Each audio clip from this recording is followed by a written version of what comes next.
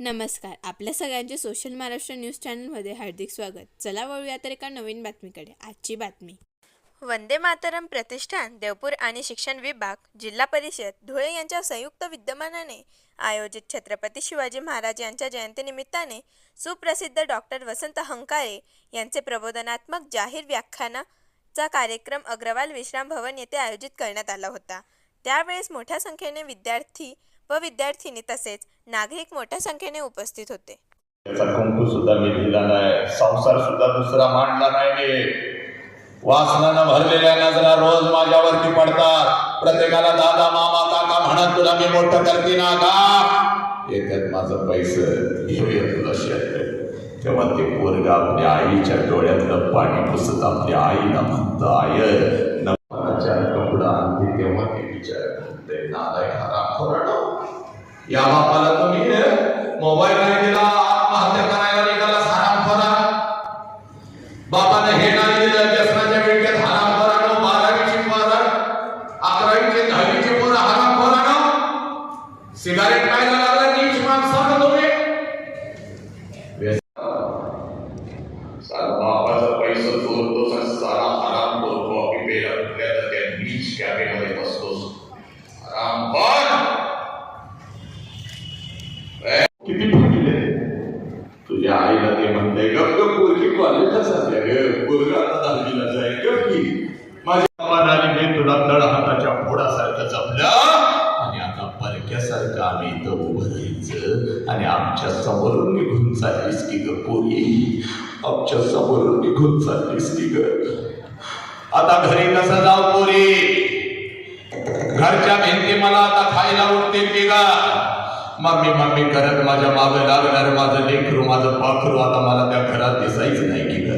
हे बोली, तुझी आई रडत असते, तुझी मावशी रडत असते, तुझी आजी रडत असते, तुझा भाऊ रडत असतो. लग्न मंडपात ओरले सोडलेले सगळे रडत असतात, पण त्या लग्न मंडपामध्ये तुझा बाप मात्र हसत हसत फिरत असतो. पळत पळत तिथे येतो बघ, सगळ्यांना रडतो का रडताय का रडताय का रडताय. कोणी रडायचं नाही. चला माझ्या दीदीचं नवीन आयुष्य तिला हसत हसत पाठवा. माझ्या लेकीचं नवीन आयुष्य तिला हसत हसत पाठवा. तुझा हात धरतो, तुझ्या नवऱ्याचा हात धरतो. लग्न मंडपाच्या बाहेर गाडी सजवलेली असते, गाडीपर्यंत घेऊन येतो, गाडीचा दरवाजा उघडतो, गाडीमध्ये तुम्हा दोघांना टाकतो, दरवाजा बंद करतो आणि हसत हसत तुला म्हणतो जा दीदी जा दीदी जा दीदी चल जा, रडायचं नाही चल जा. तुझी गाडी निघून जाते पोरी आणि तुला वाटतं माझा बाप असाच आहे.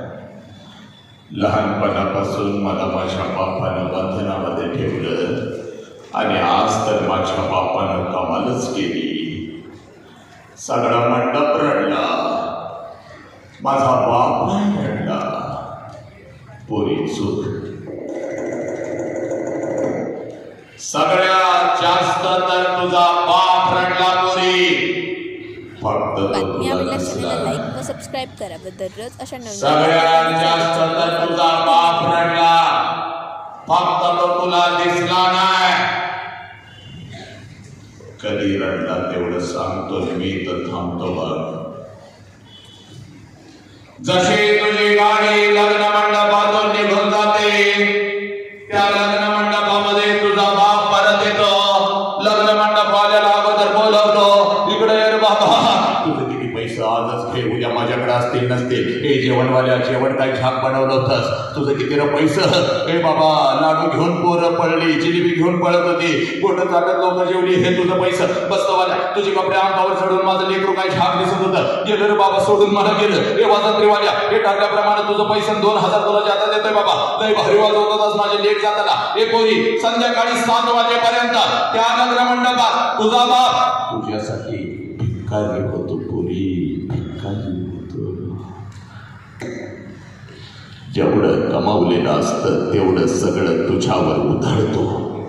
जेवढं कर्ज काढून आणलेलं असतं तेवढं सगळं तुझ्यावर उधळतो आणि संध्याकाळी 9 वाजता पळत पळत घरी जातो. घरातलं तुझ्या वस्तूंचं कपाट उघडतो आणि तुझ्या वस्तूंना पकडून पकडून रात्रभर जो अंथरूण आणि उशीबोली करतो त्या देव माणसाचं नाव साला. गाडगे बाबांचा आदेश आहे, मेल्यानंतर बापाला जाळ पोरीनो नीट लक्ष द्या. मेल्यानंतर बापाला जाळतात. मेल्यानंतर बापाला जाळत नाही, मेल्यानंतर आईला जाळत नाही, मेल्यानंतर त्यांचं फक्त निर्जीव शरीर जाळतात. पण पोरीनो, आपल्यामुळे जर आपल्या आई बापाला मान खाली घालावी लागली तर जिवंतपणी आई बापाची चिता रोज घरात जळत असते पोरीनो. आणि त्या चितेला रोज आपण आदर देत असतो.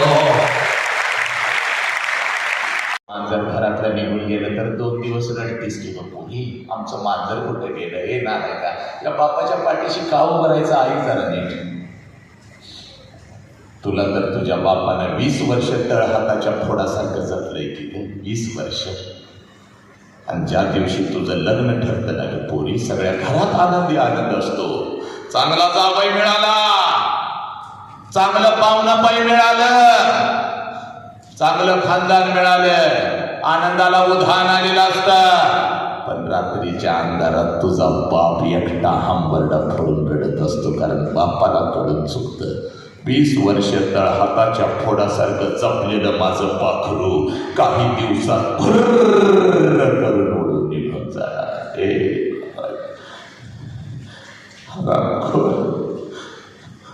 तुझ्या आईच्या डोळ्यात पाणी आलं तर तुझ्या आईला ते ओरडते, कारण त्यास ग रडू नकोस बाप. रोज रोज पोरगीचा चेहरा बघायला आता आपल्याला मिळणार नाही गे. जेवढे दिवस आहे तिला हसतच ठेवायची, तिला हसतच पाठवायची. पण पोरी, तुझ्या बापाला जर रडायला आलं तर तुझ्या आईला म्हणताय रडू नकोस बाळ, रडायचं नाही. आता मी घरी आल्यानंतर माझ्या गालावरून हात फिरवत पप्पा डोक्यावरती ठेव पोरी, डोक्यावरती ठेव, ठेव डोक्यावरती. आयुष्य तुला तुझ्या आई बापाने दिलंय, आता 1 मिनिट आई बापाला द्यायचंय. डोळं झाका सगळ्यांनी, डोळं झाक डोळा, आणि डोळ्यासमोर आण डोळ्यासमोर. तुझ्या बापाला 1 वर्षाची होतीस तेव्हाच्या बापाला तू कडकडून मिठी मारत होतीस, त्या बापाला डोळ्यासमोर आण पोरी, आण. तुला बाप नसेल तर मी तुझा बाप आहे बघ. वंदे मातरमची ही सगळी माझी लेकरं तुझ्या बापासारखी आहेत बघ. चाल, आण डोळ्यासमोर, आण तुझ्या शिक्षकाला डोळ्यासमोर आण. आणि मार कडकडून मिठी पोरी मार. आणि सांग बाप्पाला, पप्पा माझा तुमच्यावर लय जीव आहे पप्पा, माझं काही चूक झाली असेल तर मला माफ करा. मी नाही तुम्हाला चुकवणार पप्पा, मी नाही कुठल्या फटाकड्या माझ्या जाळ्यात फसणार, मी नाही पप्पा, नाही पप्पा, अजिबात नाही पप्पा. पप्पा मी वाघी नाही पप्पा, मी वाघी नाही पप्पा. लहानपणापासून तुम्ही माझ्या मनाच्या विरोधात काही केलं नाही, तुम्ही माझ्या लग्नाचं तर मनाच्या विरोधात का करशील पप्पा. मी चुकली पप्पा, मी चुकली. हे पोराचा घ्या शपथ, मी कुठलाच व्यसन करणार नाही, मी आत्महत्या करणार नाही. या पुरीनो मार बाबाला कडकडून मिठी, चाल.